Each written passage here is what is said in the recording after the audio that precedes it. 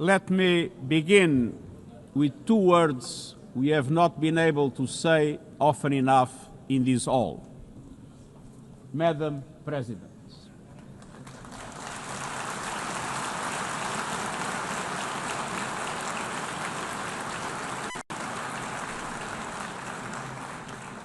Excellencies, ladies and gentlemen, 8 years ago, in a world scorched by war, leaders made a choice: cooperation over chaos, law over lawlessness, peace over conflict.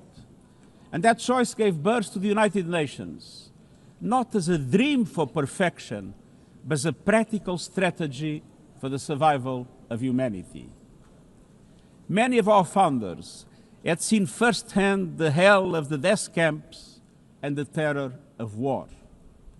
They knew that true leadership meant creating a system to prevent a replay of those horrors, a firewall against the flames of conflict and World War III, a forum for sovereign states to pursue dialogue and cooperation, and a concrete affirmation of an essential human truth: we are all in this together.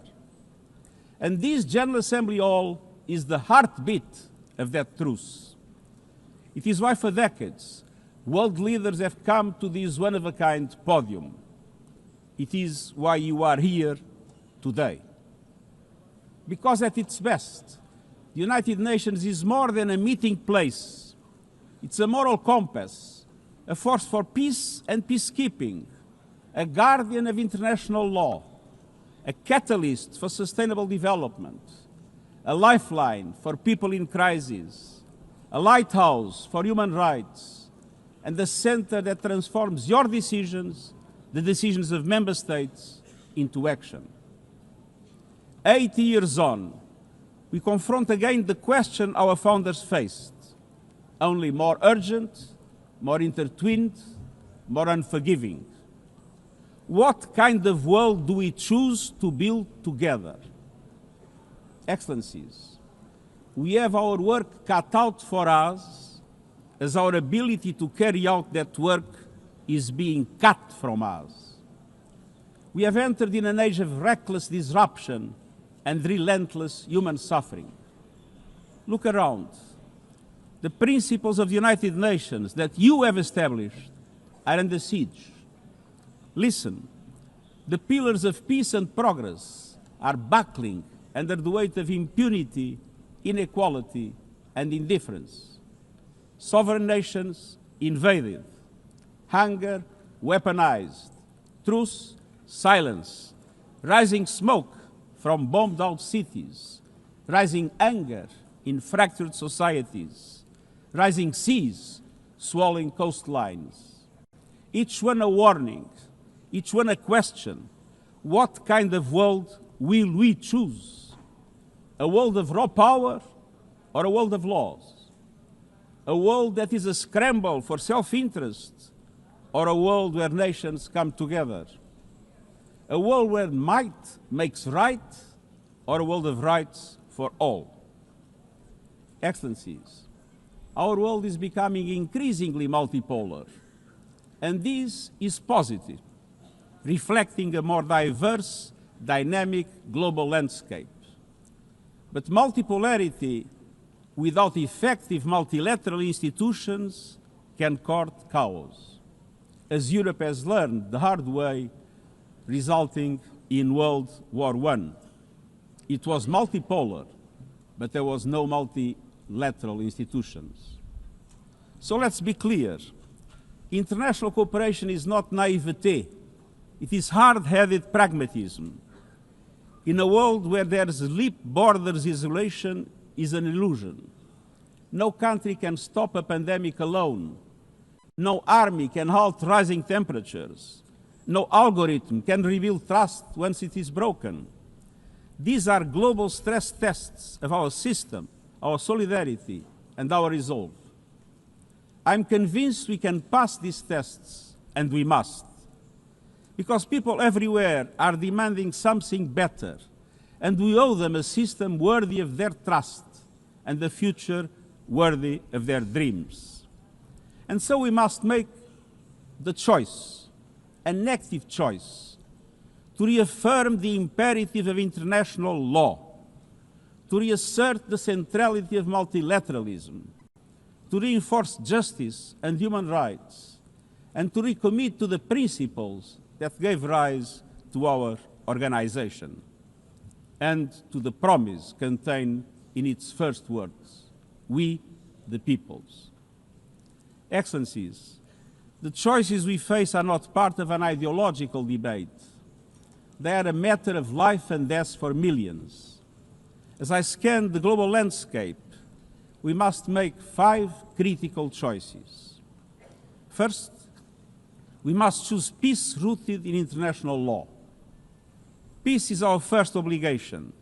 Yet today, wars rage with a barbarity we vowed never to allow.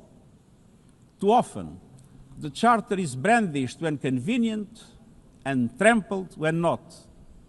But the Charter is not optional. It is our foundation. And when the foundation cracks, everything built upon fractures. Around the world, we see countries acting as if the rules don't apply to them. We see humans treated as less than human, and we must call it out. Impunity is the mother of chaos, and it has spawned some of the most atrocious conflicts of our times. In Sudan, civilians are being slaughtered, starved, and silenced. Women and girls face unspeakable violence. There is no military solution. I urge all parties, including those in this hall, end the external support that is fueling this bloodshed. Push to protect civilians, because the Sudanese people deserve peace, dignity, and hope. In Ukraine, relentless violence continues to kill civilians, destroy civilian infrastructure, and threaten global peace and security. I commend recent diplomatic efforts by the United States and others. We must work for a full ceasefire and a just, lasting peace in accordance with the Charter, UN resolutions, and international law. In Gaza, the horrors are approaching a third monstrous year. They are the result of decisions that defy basic humanity. The scale of death and destruction are beyond any other conflict in my years as Secretary General.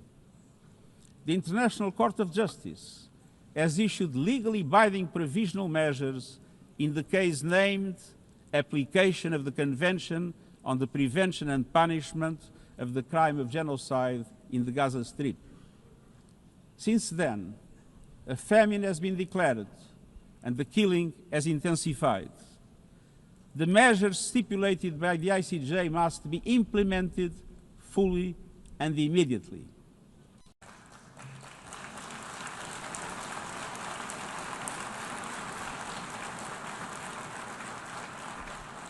Nothing can justify the horrific Hamas terror attacks of October 7 and taking of hostages, those of which I have repeatedly condemned. And nothing can justify the collective punishment of the Palestinian people and the systematic destruction of Gaza. We know what is needed. Permanent ceasefire now. All the hostages released now. Full humanitarian access now.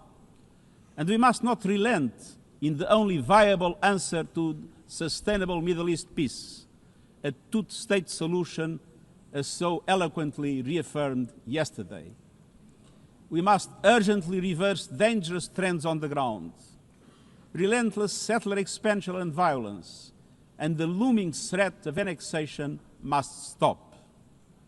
Everywhere, from Haiti to Yemen, to Myanmar and the Sahel and beyond, we must choose peace anchored in international law.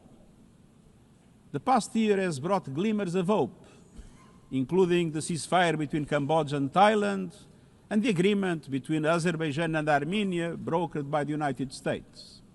But far too many crises continue unchecked. Impunity prevails, lawlessness is a contagion, It invites mayhem, accelerates terror, and risks a nuclear free-for-all. When accountability shrinks, graveyards grow. When UN staff and facilities are attacked, violating legal obligations, so too is the core of our ability to serve and deliver. The Security Council must live up to its responsibilities. It must be more representative, more transparent, and more effective. Beyond crisis response, we must tackle the injustices that ignite conflict: exclusion, inequality, impunity, and corruption. The surest way to silence the guns is to raise the volume for justice. Real security is born of fairness and opportunity for all. Excellencies, this leads me to my second point. We must choose human dignity and human rights. Human rights are not an ornament of peace, they're its bedrock. Human rights, economic, social, cultural, political, and civil, are universal, indivisible, and interdependent. Choosing rights means more than words. It means choosing justice over silence. It means protecting freedom and civic space, advancing equality for women and girls, confronting racism and discrimination in all its forms, protecting human rights defenders, journalists, and freedom of speech, and upholding the rights of refugees and migrants so that mobility is safe and in accordance with international law. Human rights are a daily battle, online and offline. They require political will. But dignity is not only about the protection of rights. It is about rights fulfilled through inclusive and resilient development. Rights that put an end to poverty and hunger. Rights that open doors to education, health, and opportunity. The Sustainable Development Goals are our shared roadmap for achieving these rights. But in order to make progress down this road, we need fuel. And that fuel is finance. We've seen what development done right can deliver. In the past decade, millions more have gained access to electricity, clean cooking solutions, and to the internet. Child marriage is in retreat. Women's representation is growing, but cuts to aid are wreaking havoc. They are a death sentence for many. For so many more, a stolen future. This is the great paradox of our time. We have the solutions, but we are siphoning off the fuel that would make it possible to make progress. To choose dignity, we must choose financial justice and solidarity. We need to reform the international financial architecture so that it drives development for all. With bigger and bolder multilateral development banks, lending more, and mobilizing more private capital for developing countries, with faster and fairer debt relief mechanisms, helping every country in crisis, including middle-income countries. Protecting natural resources by tackling illicit financial flows and abusive tax practices that rob societies of their future. And global financial institutions that represent today's world, with far greater participation of developing countries in terms of their composition and their decision-making. So let us choose a global economy that works for everyone, men and women. Let us choose human rights and dignity. And let us equip ourselves with the means to ensure a transition for people and the planet. Excellencies, this brings me to the third choice. We must choose climate justice. The climate crisis is accelerating, but so are the solutions.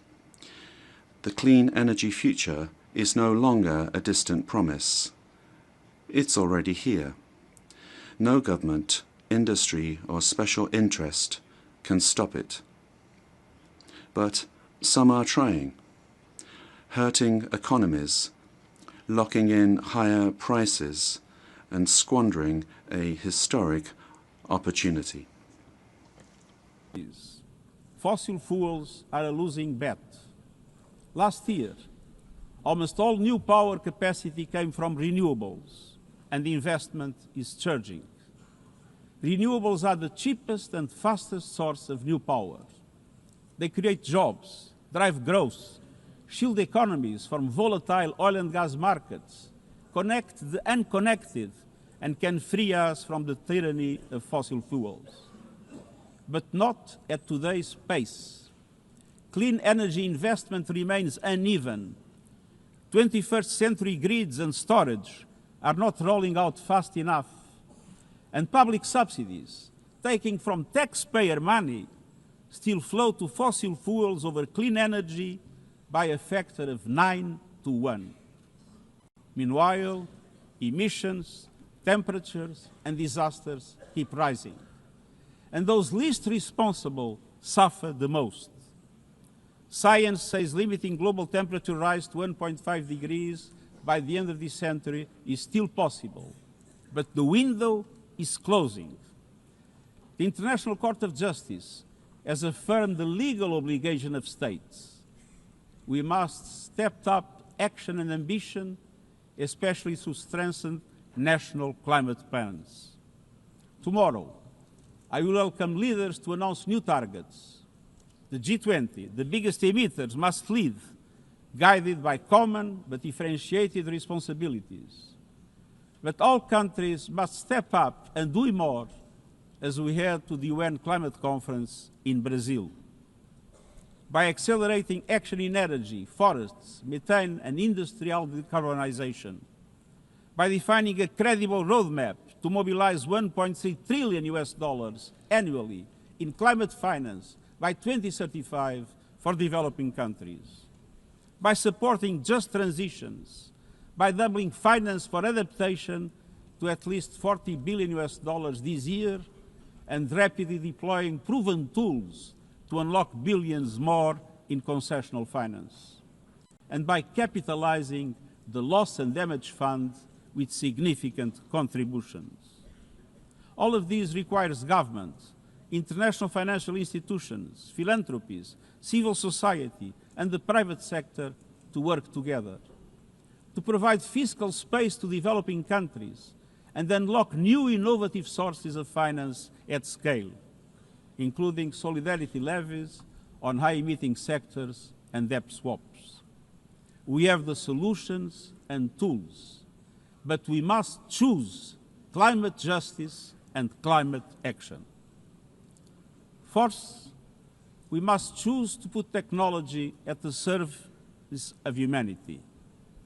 Artificial intelligence is rewriting human existence in real time, transforming how we learn, work, communicate, and what we can trust. And the question is not how to stop it, but how to steer it for the greater good. Technology must be our servant, not our master. It must promote human rights, human dignity, and human agency. Yet today, AI's advancement in outpacing regulation and responsibility and is concentrated in a few hands. And the risks are expanding to new frontiers, from biotech to autonomous weapons. We are witnessing the rise of tools for mass surveillance, mass social control, mass disruption, and even mass destruction. Tools that can drain energy, strain ecosystems, and intensify the race for critical minerals, potentially stoking instability and conflict. Yet, these technologies remain largely ungoverned. We need universal guardrails and common standards across platforms. No company should be above the law. No machines should decide who lives or dies. No system should be deployed without transparency, safety, and accountability. Last month, this Assembly took a historic step, establishing an independent international scientific panel on AI and an annual global dialogue on AI governance. Two new pillars of a shared architecture, connecting science with policy to bring clarity and foresight, enabling innovation to flourish while advancing our values and our rights, and ensuring governments, companies, and civil society can help shape common norms. We must build on these mechanisms and close the capacity gap. All countries must be able to design and develop AI, not just to consume it. I have proposed voluntary financing options to build AI computing power, data, and skills in developing nations. No country should be locked out of the digital future or locked into systems it cannot shape or trust. And governments must lead with vision, and companies must act with responsibility. And we, the international community, must ensure that technology lifts up humanity. So let us choose cooperation over fragmentation, ethics over expediency, and transparency over opacity. Technology will not wait for us, but we can still choose what it serves. So let us choose wisely. Fifth and finally, to meet all these goals, we must choose to strengthen the United Nations for the 21st century. The forces shaking our world are also testing the foundations of the United Nations system. We are being hit by rising geopolitical tensions and divisions, chronic uncertainty, and mounting financial strain. But those who depend on the United Nations must not be made to bear the cost, especially now, when for every dollar invested to support our core work to build peace, the world spends $750 on weapons of war. This is not only unsustainable, it is indefensible. In this moment of crisis, the United Nations has never been more essential. The world needs our unique legitimacy, our convening power, our vision to unite nations, to bridge divides and confront the challenges before us. The Pact for the Future has shown your determination to build a United Nations that is stronger, more inclusive, and more effective. That is the logic and the urgency of our UN80 initiative. We are moving swiftly and decisively. I put forward concrete proposals, a revised budget for 2026 that strengthens accountability, improves delivery, and cuts costs. Practical reforms to implement mandates more effectively and efficiently with greater impact. And ideas to spark a paradigm shift in the structure of the UN and how its parts work together. Most of these decisions rest with you, the Member States, and we will move forward in full respect of the established procedures. Together, let us choose to invest in a United Nations that adapts, innovates, and is empowered to deliver for people everywhere. Excellencies, my overriding message comes down to this. Now is the time to choose. It's not enough to know what the right choices are.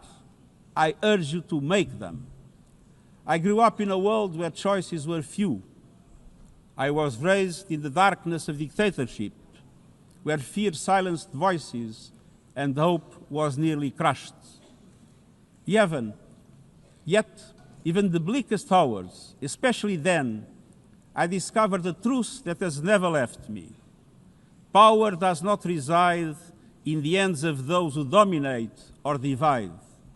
Real power resides from people, from our shared resolve to uphold dignity, to defend equality, to believe fiercely in our common humanity and the potential of every human being. I learned early to persevere, to speak out, to refuse to surrender, no matter the challenge, no matter the obstacle, no matter the hour. We must and we will overcome. Because in a world of many choices, there is one choice we must never make, the choice to give up. We must never give up. That is my promise to you, for peace, for dignity, for justice, for humanity, for the world we know is possible when we work as one. I will never, ever give up. Thank you.